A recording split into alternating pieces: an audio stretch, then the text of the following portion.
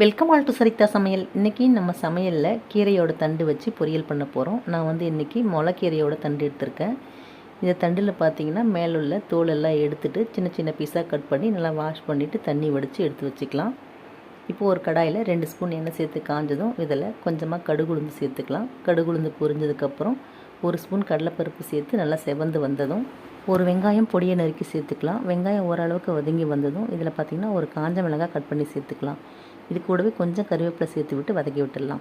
அடுத்து இதில் ஒரு தக்காளி கட் பண்ணி சேர்த்து தக்காளி நல்லா வதங்கி வந்ததுக்கப்புறம் 1/4 ஸ்பூன் மஞ்சள் தூள், 1/2 ஸ்பூன் மிளகாய்த்தூள், தேவையான அளவு உப்பு சேர்த்து நல்லா ஒரு வாட்டி கலந்து விட்டுடலாம்.